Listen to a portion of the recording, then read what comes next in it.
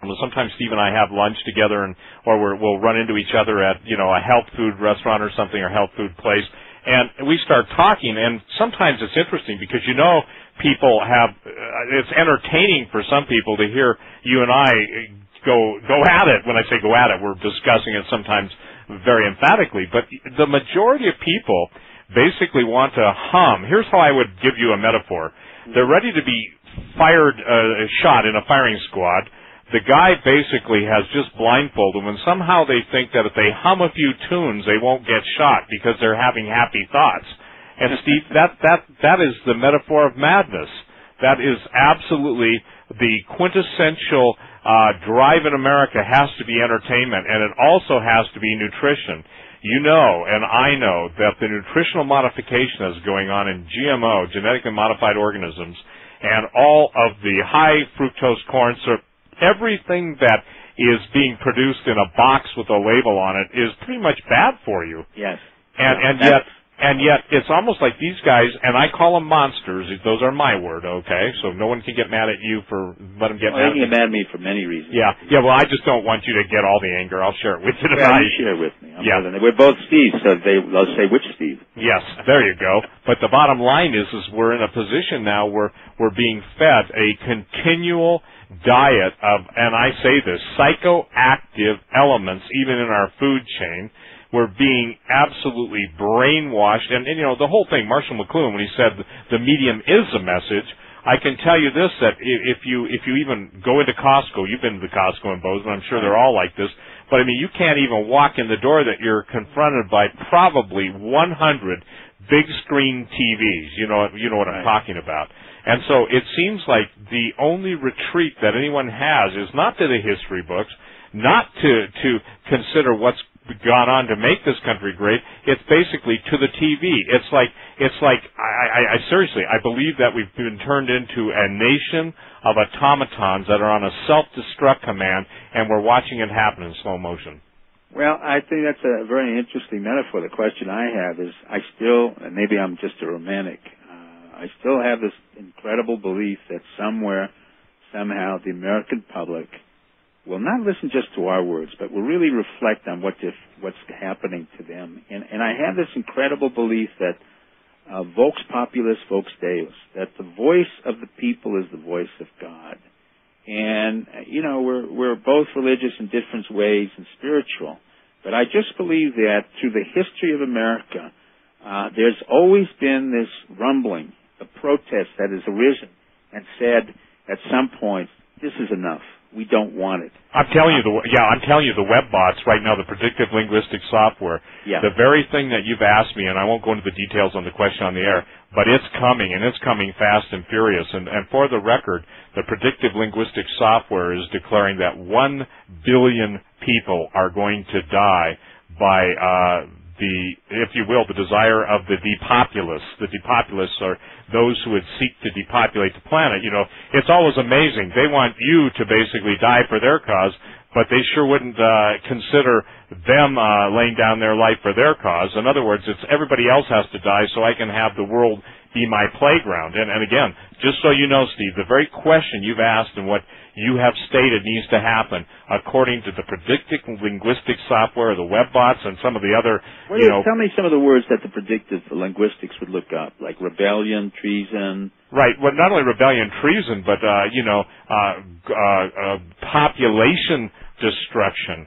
That's what I sent you, and you should have it as soon as your computer comes on. But they take all the themes and memes, okay? A theme, obviously, let's just take famine, okay? And then they basically have a way of scaling and weighting all the different statements. Now, they're only reading stuff that's public on blogs, and they're not reading people's private emails. But, the interesting... they are. Why forgive me. Back? The NSA is, okay? But I'm just saying these guys don't, the ones that produce this thing called the WebBot Project. But I think the thing that you need to recognize is rebellion. The two words that come strongest there are 3 words in R. Rebellion, okay, revolution, and retribution. I can tell you this, it is saying this, that there are so many people that are going to become furious all over the world, people that have lost everything and have nothing else to lose, that literally the bankers will be running for their lives, They will literally be hunted down, that the Congress and senators who have voted to basically destroy the American people, and by the way, that's why they're all getting ready to head into their underground bunkers, but I mean, it's getting really, really, really dangerous.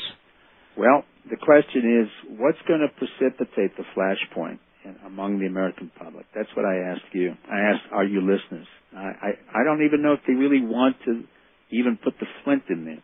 I'll tell you specifically, okay? Yeah. Number one, and you know, ladies and gentlemen, Steve and I don't see each other that often, but when we do, we try and catch up. But that's the point I'll answer. Number one, the globalists, and again, you know, this isn't conspiracy. These are men who are in print, Steve, and they are planning to release a hemorrhagic flu / hemorrhagic, you know, in 10 years ago, the people that died of the Spanish flu, 1918, were exhumed, their bodies were exhumed, and a lot of that flu was dormant, especially for the people that were exhumed in an area where the bodies were frozen. I stated then that, ladies and gentlemen, the only reason you would exhume that is to develop a bioweapon out of it. I wrote my book, Breathe No Evil. The idea is that they are going to get a pandemic going, and it's not just a make-believe. You see, they'll scare us with scare tactics, okay? Now, let me share this. The martial law, that word is real. The troops are in the field. They now have their interoperability communication network set up, and they've already got one big-time commander that flies around and stuff that most people don't even know exists, talking to the people and tell them to go and do the forced vaccinations. And by the way, in that House bill, in the, I think it's the Emergency Health Powers Act, you, Steve Pieczenik, if you say, I won't go there, I don't want to do that, I mean, they send the stormtroopers to you, you know? Okay, let me ask you this. I know a little bit of the history of the swine flu, not as well as you do. In 1917, there were 20 million people were killed in that flu epidemic. Is that correct? Right. Actually, some people say 26 million. 26 million. That's a lot of people. Yep. But at that time, they said, well, we didn't know anything about medicine, and of course, a lot of medicine, or the so-called Flexner report, and other reports came out after that swine flu epidemic. Not that we could stop an epidemic now. It doesn't mean a vaccine can stop an epidemic. It simply means that, you know, we have some more antibodies to whatever can occur. So what I'm talking about now is, and what I've always respected in your analysis, and I've always said it on the air, was your ability to predict financial disaster. I remember a year before the meltdown, it was October 4th of last year, is that right? Actually, a year before that was 2 years ago. You told me, and I was on that radio station, you said on October 4th of last year, and that's 2008, we would have a stock market meltdown, and lo and behold, that was the day, it came right to the day, right? Yeah, it did. And I also... Tell the audience how you knew that. Well, I'm always fascinated. It wasn't October 5th, you said. It was October 3rd. I mean, it could have been... We weren't playing tricks. You just said on October 4th, this is what's going to happen. Well, first of all, the reason that you could see it is you could hear the statements coming from Hank Paulson, okay? Yeah. Being in the gold and silver market, I watched the manipulation of the gold and silver market by what's called the plunge protection team. What's that? Whoa. Could you explain that a little bit? Yeah, the plunge protection team is basically Goldman Sachs and some of the other big New York banks. They're given unfettered access to the Fed window, that when the stock market looks like it's going to sell off, they can go in and buy index futures by the billions. Understand? They work on computer money to buoy or to lift the market. That's why they are able to manipulate it. So you're saying they artificially can go in and have access to manipulate that market the minute it goes down. Right. And just so you know, Goldman Sachs is illegal and ominously invasive computer program, and their platform has been stolen and sold to a third party. And it will absolutely bring, even in the courts of international law, the major investigative bodies down. Now, look, those guys could all be paid off, too. But what Goldman Sachs was able to do is see trades before they were effectuated and take the opposite side of the trade if they so chose to do it. They had, what you're saying, they had insider information. They knew how to manipulate that market, and they had unrestricted source of income. Well, absolutely. All of this at our expense. All of this at our expense. So when you monitored that, you knew what was happening. What exactly was then happening? Well, what was happening is that a lot of the different bankers and the people I had act